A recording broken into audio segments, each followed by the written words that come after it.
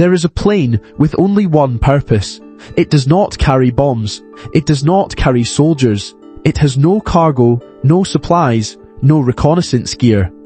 It carries a single, terrible payload, the order to end the world.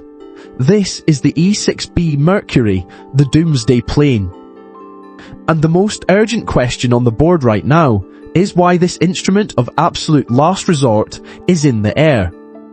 For us, decoding this signal is not a geopolitical curiosity. It is the first step in seeing a system fracture and positioning to protect what you have built. Our analysis begins with a single, verifiable data point that should not exist. That data point is from February 28th, 2026, the day the war with Iran began. As the first reports of conventional strikes in the Persian Gulf hit the wires, the US Navy's E-6B Mercury, the Doomsday Plane, left the runway and climbed. News channels looped the usual grainy shots: tracer fire over coastal cities, tanks in dust, smoke over refineries. On another screen, the one that matters to people who track power, not pictures, a global map updates in real time. Over North America, fresh icons tagged with E-6B call signs appear, thin blue paths starting to arc outward. On that map, it isn't a single aircraft, it's a pattern. Multiple E-6B airframes register as Airborne. One route traces back toward Offutt Air Force Base in Nebraska, long tied to US Strategic Command. Another icon pushes off the East Coast and draws a line across the Atlantic toward the same theatre you're seeing on the Iran coverage, putting conventional war footage and nuclear command and control tracks on the same screen. As those tracks light up, the signal stops being abstract. In private Discord servers, Telegram channels, and small forums, open-source analysts and flight trackers start flagging the flights. Someone drops in captures from earlier strategic drills, pointing out the resemblance. At first, the comments sound like routine curiosity. Mercury up, Stratcom bird on a Saturday.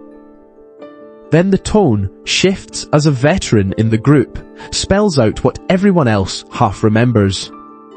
The E-6B is not a showpiece. It's a flying node in the US nuclear command and control chain, built to keep launch orders moving if ground command is hit. The chat jumps from jokes to clipped messages and private conversations. Always, why are the nuclear C2 birds up on day one? What decapitation scenario needs Mercury airborne already? These are professionals who know doctrine. To them, putting that aircraft up this early means planners are already gaming paths where a limited fight doesn't stay limited. Once that realization lands, the question leaks outward. Outlets like the Daily Mail and WION News pick up the chatter and ask, why are E-6B Mercuries flying as the first salvos hit Iran? The Pentagon's answer is no answer, just a refusal to comment under operational security. To people watching structure rather than sound bites, that silence is not neutral. It's the construction of an information blackout around a nuclear failsafe asset. So step back, because this is the core anomaly.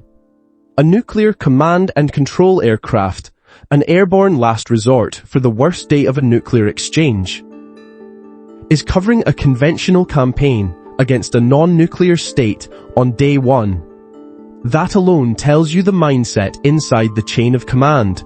They're touching nuclear protocols early, positioning assets as if leadership, communications, or escalation control could fail. This isn't routine signaling. It's the system quietly admitting the normal guardrails on this conflict may not hold. When a piece like that moves on the board, the game is being played under a different set of rules than the public has been told. That piece on the board is the E-6B Mercury. And to understand the new rules of the game, we must first understand the machine itself. Its mission carries a specific, almost blunt codename, TACAMO. an acronym for Take Charge and Move Out. This is not a bomber or a fighter. It is a survivable, airborne command post. It was designed with precisely one scenario in mind: the complete destruction of all ground-based command and control centers in a nuclear first strike. Its entire existence is predicated on the assumption that the nation's leadership and conventional chain of command have been decapitated. To grasp what this means, we must visualize its function. Imagine the network of command hubs across the United States. NORAD, the Pentagon, Strategic Command. Now imagine them gone, wiped from the map in the opening moments of a nuclear exchange. Silence. In that silence, the E-6B is designed to be the only node left. It becomes the functioning brain of the nation's nuclear arsenal. Its primary weapon is not a missile, it is communication. The aircraft unspools a nearly invisible wire, an antenna stretching for 5 miles through the air. This antenna transmits a signal on a very low frequency, a signal uniquely capable of penetrating hundreds of meters of seawater to reach our ballistic missile submarines hidden in the depths. The message it carries is the activation of its name: Take charge and move out. It is the authenticated order to execute a full retaliatory strike. Let's be perfectly clear about the logic here. The deployment of an E-6B signifies that the system is actively preparing for a scenario where the continental United States command structure no longer exists. It is the failsafe for when primary systems have already failed catastrophically. As one analyst concisely put it, the Doomsday Plane does not fly because someone thinks everything is going fine. So the question that was a paradox now becomes an alarm.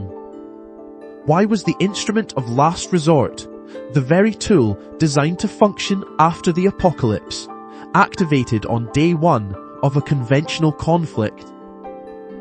The system wasn't just showing strength, it was preparing for its own decapitation. The system was preparing for its own decapitation because the plan on the ground had already shattered. The war was supposed to be swift, a decisive show of force. Instead, it collapsed on day one under 2 catastrophic simultaneous failures. As those failures came into view, the E-6B was already up, tracing circles high above the nuclear failsafe for the American command chain, launched when the system quietly admits the conventional ladder may not hold and top leadership itself could be cut off. The first failure was diplomatic. The entire strategy relied on a coalition and on the network of American bases across the Gulf. Saudi Arabia, the UAE, and Qatar were expected to quietly open their runways and airspace for a fast strike on Iran. Instead, they did something unprecedented. For Riyadh and Abu Dhabi, the message came first through quiet channels, then in public. This is not our war.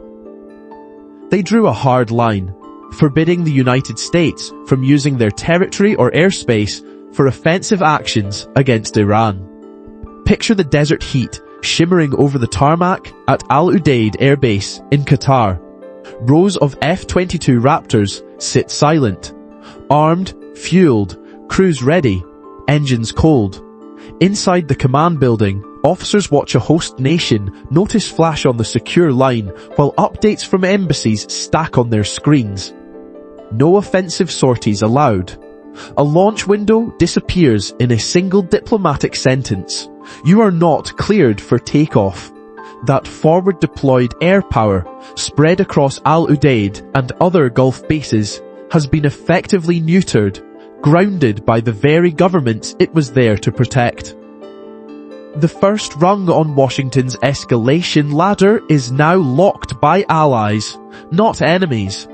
But that paralysis on the tarmac, as total as it was, wasn't the real catastrophe. Because while America's allies were freezing its conventional power, its adversaries were actively dismantling the campaign. This was the second failure. Military. Russia began feeding high-value intelligence on US troop and ship locations directly to Iran, and that data went straight into Iranian targeting.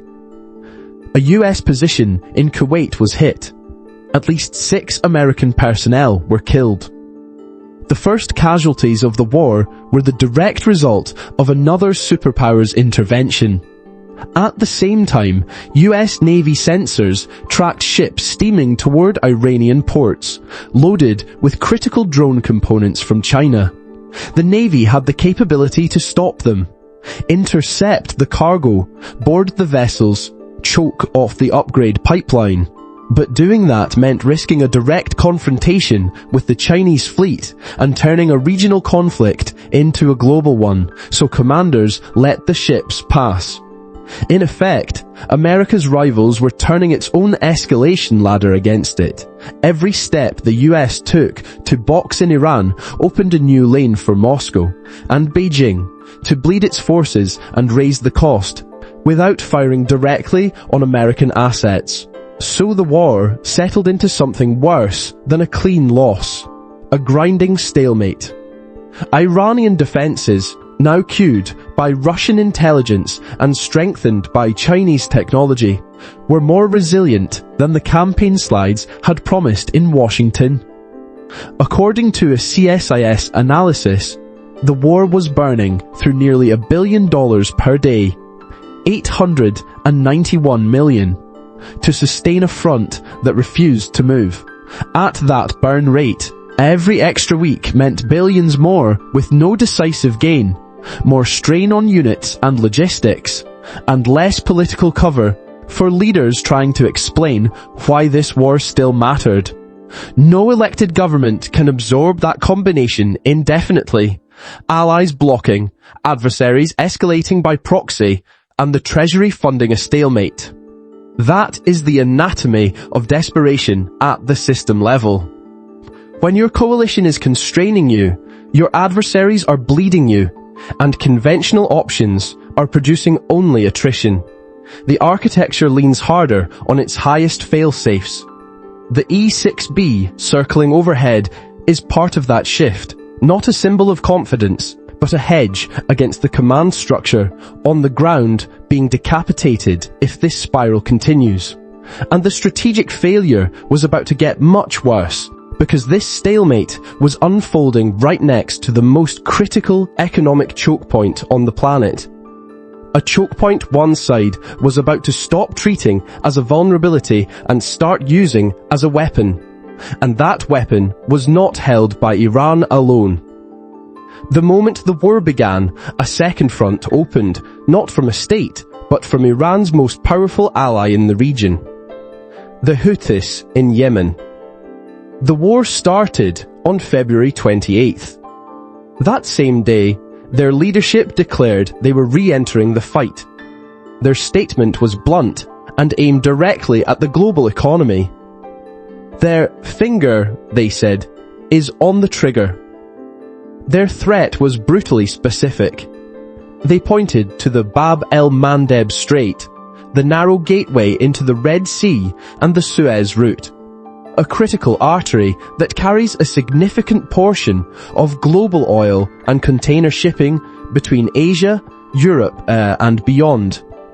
On the other side, you already have Iran threatening the Strait of Hormuz, the channel for roughly 20% of the world's oil. Together, those two lanes put pressure on two of the planet's most vital maritime choke points. This is the choke point gambit. Don't challenge the superpower head-on. Choke the flow of resources its allies and markets depend on. On an operational map, this is exactly what that strategy looks like. Picture the glowing lines of container ships and oil tankers that wrap around the globe. Now picture two gates slamming shut over Hormuz and Bab el-Mandeb. Those routes don't just glide neatly around the problem.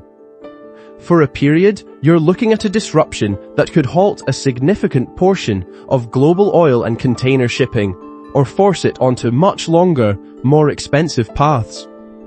Tankers and container ships begin to stack up at the edges of both choke points. The immediate impact shows up not just in shipping manifests, but on every major market ticker. Energy prices spike, freight costs jump, and investors start repricing risk across anything tied to global trade. If you own broad equity indexes, run a business that depends on imported inputs, or rely on a pension or retirement account, that translates into sudden drawdowns, squeezed margins, and volatility in what used to feel like stable cash flows. At that point, a regional war has turned into a global economic crisis. It feels like a trap. A checkmate position on the global board with no good countermove. Washington is being pushed toward a narrow menu of bad options. Escalate militarily to force those sea lanes open and risk a wider war with Iran. Absorb sustained economic damage and accept that global trade can be throttled at will, or concede political ground by cutting a deal that undercuts its role as security guarantor. At its core, the choice is simple and brutal. Do you risk escalation to defend the system? Or do you live with a visible vulnerability in that system and hope markets and allies tolerate it? But this exact type of crisis, this no-win scenario where a superpower is cornered by a threat to global stability, has happened before. And to understand the choice the White House is being forced to make right now, we have to go back 60 years, to the single most dangerous moment of the Cold War, and a decision made by John F. Kennedy that changed the world. October 1962. The White House. An aide lays a stack of reconnaissance photos in front of President John F. Kennedy. The images are grainy, black and white, but the shapes are unmistakable. Launch pads, missile tubes, support vehicles. Soviet nuclear missiles in Cuba, 90 miles off the Florida coast. Within hours, Kennedy is in the cabinet room with his top generals, the Joint Chiefs of Staff. Maps are spread out, targets circled. Their leader, Air Force General Curtis LeMay, a man forged in the firebombing of World War II, speaks for all of them. Massive conventional airstrikes on the missile sites, followed by a full-scale invasion of the island. And stop here for a second. Those blurred U-2 photographs are spread across the polished table. Each smudge of concrete on the paper lines up with an American city on the wall map behind them. The room is quiet, except for the rustle of paper and the ticking of an unseen clock. This is the fracture point. The generals see a clean sequence. Strike, invade, remove the threat. Kennedy is staring past the arrows on the map into what follows. Soviet crews killed by American bombs, Moscow forced to answer, NATO front lines in Berlin, suddenly under pressure. Their solution is not an end state, it is a trigger, the first irreversible step in a chain that runs from this room to burning streets and empty schools in cities he has sworn to protect. The cost of a single, simple, aggressive order is measured in millions of lives. He is under immense pressure. The men around that table are warriors, trained their entire careers to meet a threat with force.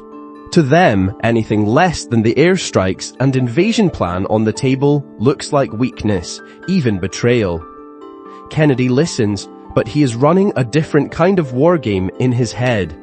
Hit Cuba, he thinks, and Khrushchev has to hit back, maybe in Berlin, maybe against a NATO ally, because if he swallows dead Soviet soldiers without a response, he loses his own command. On the XCOM tapes, you hear Kennedy frame it bluntly. The United States will not prematurely or unnecessarily risk the costs of worldwide nuclear war in which even the fruits of victory would be ashes in our mouth. That is the endpoint he sees at the far end of the general's timetable. He also knows that refusing their plan carries its own risk. In that room, and back in Washington, restraint will be labeled appeasement. So the trap is double-layered. Choose the strong option and you light a fuse that runs straight into a nuclear exchange. Choose the weak option and you risk your credibility, your alliances, maybe your presidency. The real test of command in that hour is not about finding the courage to attack. It is about finding a path that protects American security without forcing Moscow's hand toward the very war both sides know they cannot control. For 13 days, the world holds its breath. US forces are moved to DEFCON 2, the highest level of readiness short of actual war. In practical terms, that means nuclear forces shift from standing by to actively preparing to execute their plans. The time between a presidential order and missiles leaving their silos shrinks to minutes. The system is now one decision away from testing its final failsafe, one step from the end. The pressure peaks on what becomes known as Black Saturday, when a U-2 spy plane is shot down over Cuba by a Soviet missile, a clear act of war. His generals press again for retaliation, for the invasion they have wanted from the start. Kennedy still refuses to give them the green light. Instead of ordering the strikes, he authorizes a naval quarantine, a lawyered term designed to block Soviet ships without triggering the legal definition of war. American warships move into position to interdict any vessel carrying offensive weapons to Cuba, guns loaded but unfired.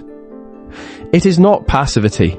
It is a constrained move, calibrated to buy the one resource he no longer has anywhere else in the system. Time. Time for Moscow to read the signal. Time for his own chain of command to stay short of the point where the only options left are launch or surrender. While the ships face off on the surface, another channel opens below it. Kennedy's brother, Attorney General Robert Kennedy, meets secretly with Soviet Ambassador Anatoly Dobrynin. In those quiet, off-the-record conversations, the outlines of an exit ramp take shape. The Soviets agree to pull their missiles out of Cuba. The United States publicly promises not to invade the island, and privately, Washington agrees to remove its obsolete Jupiter missiles from Turkey a few months later. The core interests of both sides are preserved. The public shows of strength are maintained, and, crucially, the nuclear launch system no one wanted to touch stays unused. What matters for us is the pattern embedded in that outcome. In a nuclear-armed standoff, a conventional strike that looks decisive on a map can, in reality, lock every player into an escalation ladder with no safe rung to stand on. Kennedy's discipline kept the conflict below the thresholds that would have activated pre-planned nuclear responses and pushed authority down the chain to people whose only job was to execute. The quarantine and the back-channel deal did something the airstrike plan never could. They removed the immediate trigger while leaving both superpowers room to step back without firing. That was 60 years ago. What does that hard-won lesson from the brink tell us about the signal in the sky today? In a world where that kind of restraint is in dangerously short supply. And that very lack of discipline brings us to the terrifying heart of this entire situation. There are only two ways to read the signal from that E-6B Doomsday Plane, and understanding the difference is everything. The first interpretation is the official one, the public one. It's called Deterrence. In this version of the story, the flight is a calculated, confident show of force. It's a message sent to Iran and, more importantly, to its backers in Moscow and Beijing. The message is simple. America's nuclear command and control is unbreakable, it is survivable, and all options remain on the table. It is a signal of absolute strength, but there is a second, far darker interpretation. This one isn't about confidence, it's about desperation. In this scenario, the plane is flying not because the leadership has a clear winning plan, It's flying precisely because they don't. It's flying because they are out of conventional military options. They are diplomatically isolated. They are bleeding money at a rate of almost $900 million a day. And they are improvising from one moment to the next. So, which is it? Is it strength or is it desperation? You don't have to guess. The evidence speaks for itself. Let's run the checklist based on everything we know has already happened. First, the diplomatic front. America needed Allied support, bases, and overflight rights. They were refused. The Allies are gone. Check. Second, the military front. The plan relied on a swift, decisive outcome. Instead, proxy forces backed by near-peer competitors have fought the campaign to a bloody stalemate, inflicting unacceptable casualties. The conventional plan has collapsed. Check. Third, the economic front. The dual blockade of global shipping has sent the war's costs spiraling, threatening a crisis back home that makes the operation unsustainable. The cost is out of control. Check. When you systematically stack the evidence, the conclusion is unavoidable. The deterrence theory falls apart under objective analysis. What we are left with is the only explanation that fits all the facts. The E-6B is not a signal of strength. It is a distress flare. It is a flare shot into the sky from a superpower that has lost control of the situation and is reaching for the final failsafe mechanism, not out of strategy, but out of fear. And here is the ultimate horror of the situation. A superpower with no plan, flying blind with its finger on the nuclear command system, is infinitely more dangerous than one acting with clear, and even aggressive, intent. So this is the terrifying paradox we're left with. Let me know your thoughts in the comments. What's a more dangerous sign? A superpower acting on a clear plan, or one flying blind with its finger on the final failsafe? That terrifying paradox leaves us with one unavoidable question. For those of us tasked with protecting capital, what does this signal actually mean? It means the E-6B's public flight is an observable command anomaly in the US nuclear chain of command. For markets, it functions as an early warning that certain risk premiums are about to be repriced, not as a guarantee of any single outcome. First, look at how the current sequence has traded. Since the E-6B launches began on February 28th, you can see on the timeline graphic where that first aircraft icon appears, and then how the price series begin to separate over the following days. Brent crude climbed by roughly $13 a barrel. Jet fuel prices effectively doubled. At the same time, S&P 500 airline names were sold down, while defense stocks caught a bid. The point is not that prices snapped instantly the moment the plane took off, but that the visible activation of a survivable command platform coincided with a very specific pattern of risk repricing around energy, transportation, and defense.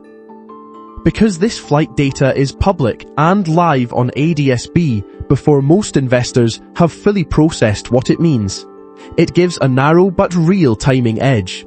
You see the anomaly on the screen while the official narrative is still catching up. That window is where you can quietly begin rotating into oil exposure, jet fuel hedges, or defense names before the bulk of the market finishes repricing the risk. This is not doomsaying.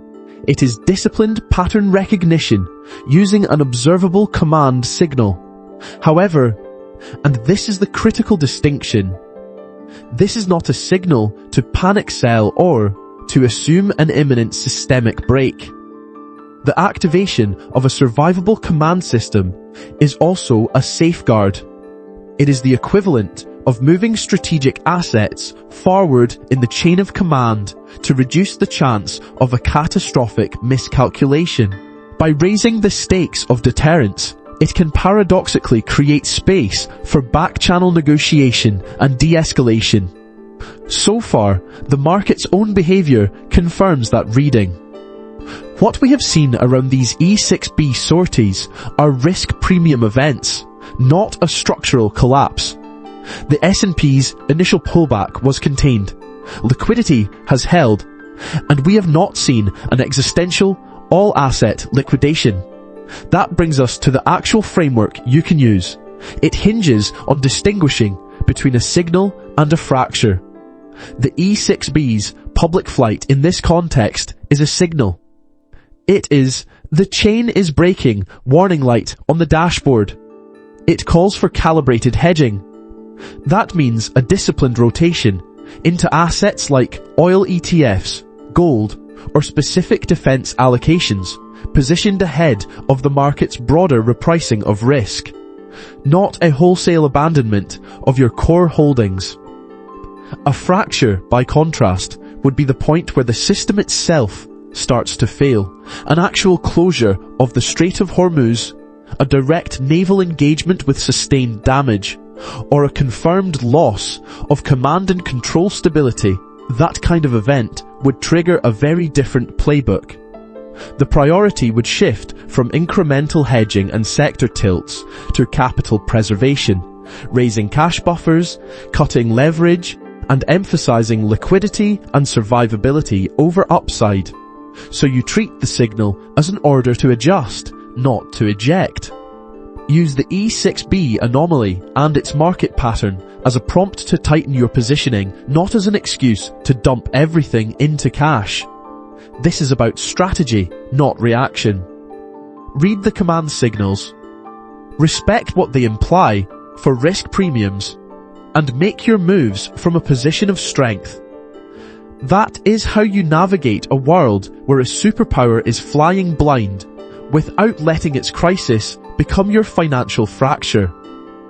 And when you are navigating a world where a superpower is flying blind, you have to understand the possible destinations.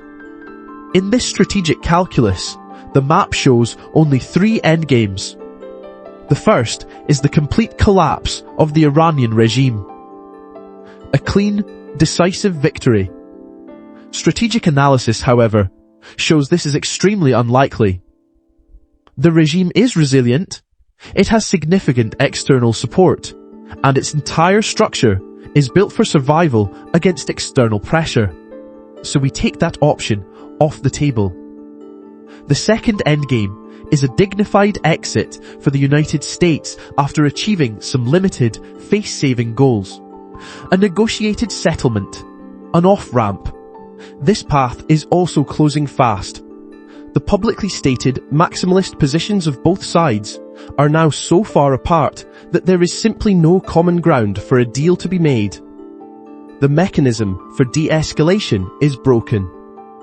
This leaves the third endgame, the one that remains after you eliminate the improbable, the path we are on. The conflict expands. More nations are drawn into the fight. The global economy is shattered as the chokepoints, Hormuz, Bab el-Mandeb, are slammed shut, and the slide toward an unthinkable decision becomes unstoppable.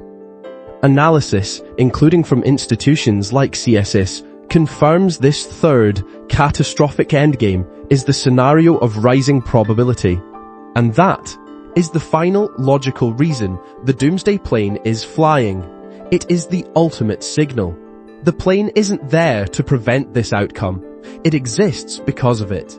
It is the fail-safe mechanism designed to ensure that when the entire system has completely fractured on the ground, the final command can still be issued from the sky. It is the insurance policy for the worst possible outcome. In a world of increasing instability, recognizing these signals isn't about predicting the future. It's about understanding the logic of the system so you can prepare. If this framework for cutting through the noise was valuable, subscribe for more analysis that gives you an edge.